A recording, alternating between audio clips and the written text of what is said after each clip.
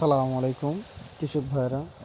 আসলে এই বছরে দুইটি রোগবালাই বেশি। তার ভিতরে একটা হচ্ছে ছত্রাক আর একটা হচ্ছে পাতা মোড়ানো পোকা। তাই আপনাদের দেখাবো প্রথমে একই জমিতে এই দেখুন ছত্রাক লেগেছে।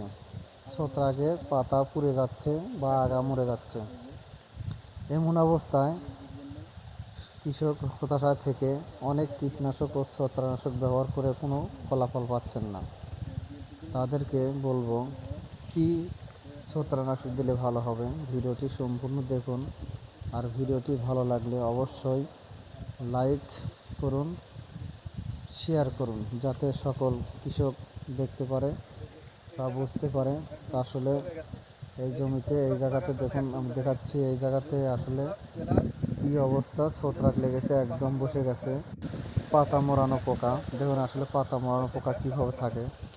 আসলে একটা পাতাতে যখন পাতা মোড়ানো পোকা লাগে তখন দেখবেন ঠিক গোলাকার করে কিন্তু আর ভিতরে অনেকগুলো ডিম পেড়ে ধানের এক সবুজ অংশ খেয়ে ফেললে কিন্তু সেই পাতাটা শুকিয়ে মারা যায়।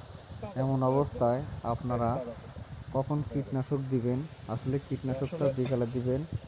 আর কীটনাশক অবশ্যই এমন একটি